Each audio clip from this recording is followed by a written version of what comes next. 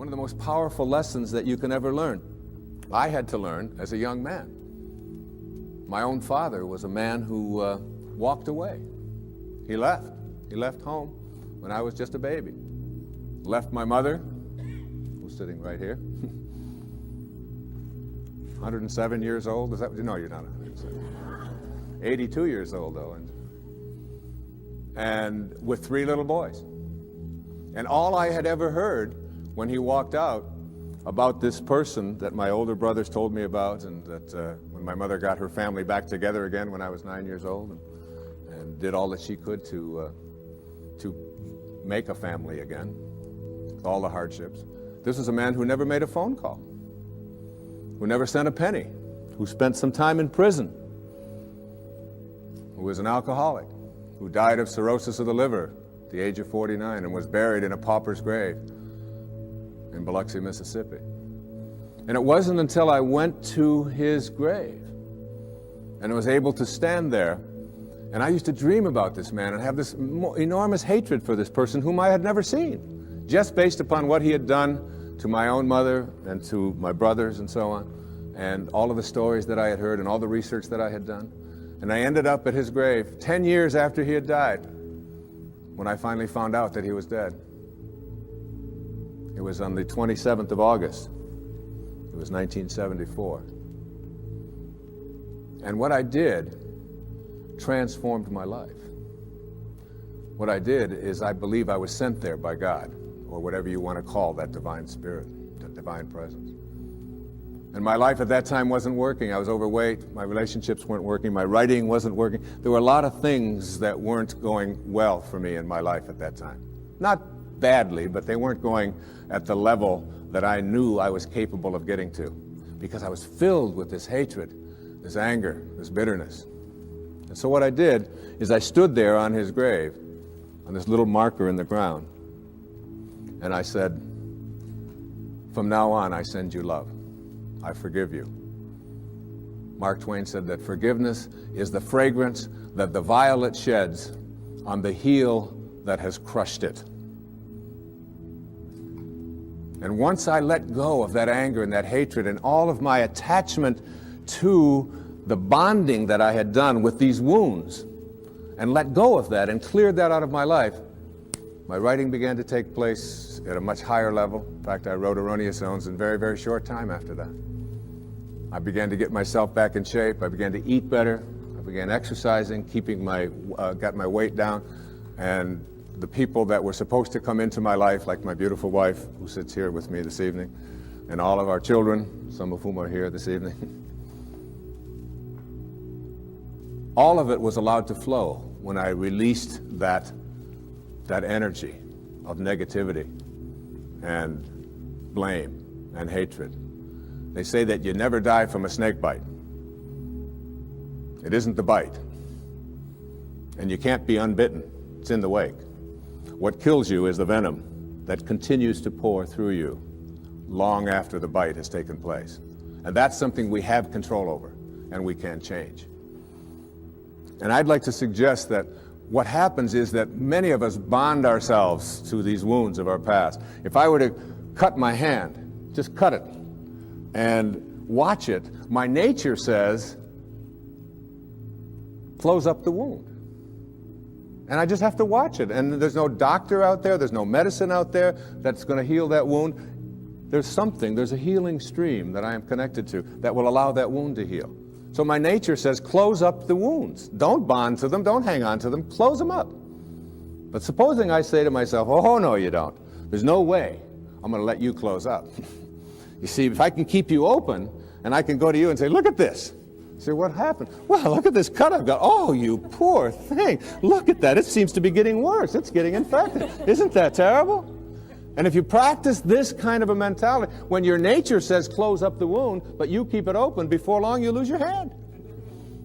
And after that, you'll lose your arm. And the whole organism will be destroyed if you don't let your nature take over. And your nature also says, close up the wounds of your past. Close them up. And oftentimes we ignore our nature. I had a great teacher that came into my life through his writing. His name was Nisargadatta Maharaj. lived in India up until the mid-1980s. And he wrote something called I Am That, which was very powerful and influential in my life. And one of the things that he talked about when he was asked the question, what's the difference between, say, a saint or a highly functioning human being, a spiritual master, a spiritual teacher, and the rest of us, is that they have unconditional love in them and you don't, or we don't? And he said, no. He said, saints have unconditional love in them, and so do you. He said the difference between ordinary human awareness and higher awareness people is that they have nothing else inside of them. That's all they have. And it's almost like we have to learn how to get that in ourselves, to be able to, well, I always like to use the metaphor of an orange. I love the orange. Perhaps living in Florida is why, but an orange is a simple metaphor. You take this orange and you squeeze it as hard as you can squeeze it, and you ask yourself, what will come out? And what comes out when you squeeze an orange? Orange juice. Never, no matter how many times you squeeze it, will apple juice come out. There's no mistakes. You'll never get grapefruit juice out of this thing, ever.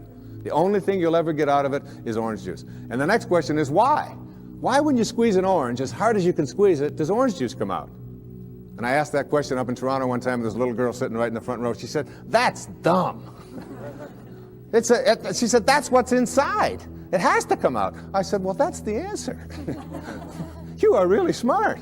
And she smiled, and she thought that was great.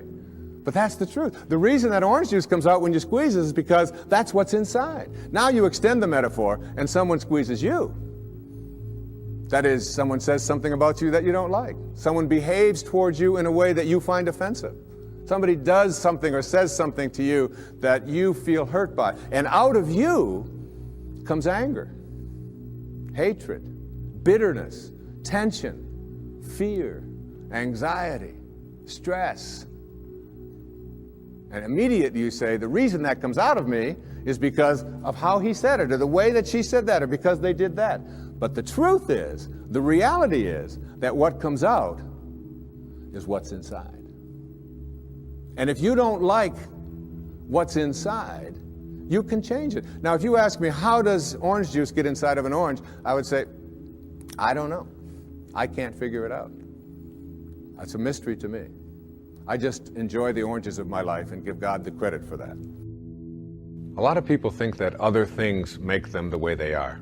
They will blame their past, they'll blame their parents, they'll blame the economy, they'll blame the Ayatollah, they'll blame somebody for things that are going wrong in their life. And one of the favorite things that we have to blame for why I'm upset at a particular moment is something called traffic. Traffic made me upset. And I've always reminded myself when I'm in a jam or when I'm on the freeway and I'm trying to get someplace, that traffic doesn't care. That you have within you the opportunity in this moment to really work on these things that are perhaps debilitating or creating anxiety or stress in your life. That these are tests, these are opportunities for you. Traffic doesn't care. Your anger is your choice, and you can always choose to be happy, angry, depressed, miserable, upset, or you can choose to be fulfilled and do something positive in this moment. It's always up to you. I'd like to give you what I think of as the great spiritual teachings of many various persuasions. There's a story that summarizes it. It's the story of what I call the four philanthropists in a village. The conquerors had come through, and they had taken all of the men, or many of the men who were warriors at the time, and they had placed them into this prisoner of war camp right in the village. And many of the villagers knew that their compatriots were imprisoned. And the first philanthropist was a person who had great wealth. And he went to the people who had the prison and were in charge of it, and he said to them, I understand the men are not able to have fresh water and cold water. I would like to donate all of my earnings and everything that I have to purifying the water for them and making sure that all of them will not be sick. And he was granted that. And he felt like he had fulfilled his destiny, that he had done what he was here for. The second philanthropist discovered that the men were sleeping on rocks and that they were cold at night. They didn't have blankets. And he took all of his funds and he said to them, I would like to provide bedding and blankets for the people so that they will be comfortable when they sleep at night. And he was granted that right, and he donated his money for this purpose. And again, he felt that he was fulfilling his destiny. The third philanthropist discovered that the food that they were eating was inadequate, that they were just given beans and water and some bread. And so he said, I own a farm, and I'd like to grow all of my food, and I'd like to take this food to all of these prisoners. And he was granted that right. And all three of these great philanthropists in the village felt that they had really completed their mission for why they were here. But the fourth philanthropist was a saint. He was living not at ordinary human awareness, but at higher consciousness levels. And he went and he found out where the keys were. And he went to the prison at night and he released all of the prisoners. And this little metaphorical story really tells us that when we are living at ordinary human awareness, there's nothing wrong with those who are out there who can help us to suffer in comfort, all right? And many of us have learned to do that and accept that and say, all right, as long as I'm comfortable, even if I'm suffering, it's okay. But there are those who have keys, and those keys can open the prisons. One of the great teachers in my life was Carlos Castaneda. And Castaneda talked about his teacher, who was what they call a nagual, a Native American term that refers to all that is knowable.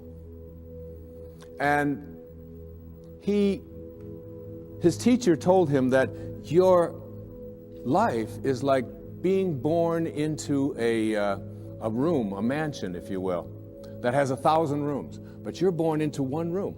And this one room is called daily human awareness. And the only way you can get in is through conception and birth. You're in. And the only way you can get out, we are taught, is to die. So we spend our lives in this mansion in one room, even though there's 999 other rooms. We don't know how to get out into those rooms unless we die. So we wait to die. And what his teacher told him is, I can teach you how to get out of the room of daily awareness and into the other 999 rooms. And if you stay with me and learn all that I have to give you, I can teach you how to get out of the house altogether without having to die. And what we have to do in order to get to that place where we can take the keys and unlock the self-imposed prisons, or the prisons that we have given ourselves on the basis of what we have come to believe is our limitations, what we can and can't do. We have to let go of that. And I call it rewriting our agreement with reality. We literally have to make a whole new contract with what it is that I perceive to be what is possible for me. And in order to do that, we have to shift out of the things that we have come to believe in, and everything that you came to this program watching tonight that you believe in was handed to you by someone else outside of you, was handed to you by the experiences or testimony of someone in the past, and because it comes from outside of you, there is still an element of doubt. And this element of doubt isn't bad, but it keeps you from reaching higher levels, because what you think about is what expands. And if you're thinking doubt, then doubt is what expands. William Blake said, if the sun and moon should ever doubt, they would immediately go out. So how do we get past what we believe in or what has been handed to us and still honor it and be grateful for all of the teachers and all of the people who have come before us? So what we have to learn to do is let go of that tribal consciousness and shift to what I call a knowing. Now, there's a big difference between what you believe and what you know. Everything that you know is something that you have made conscious contact with. Conscious contact. So So there's nobody out there watching. There's nobody in this world who knows how to swim, who learned it by somebody else telling them that you can swim, or by watching Mark Spitz go through the water, or by observing other people doing it. You may remove some of the doubt, but you will never know how to swim until you get in the water and blub around a few times and then do it. And then you'll have a knowing, and that knowing is something that you'll never lose, just like riding a bicycle or dancing the Macarena or making a lemon meringue pie or anything that you know how to do. It's because you've made conscious contact.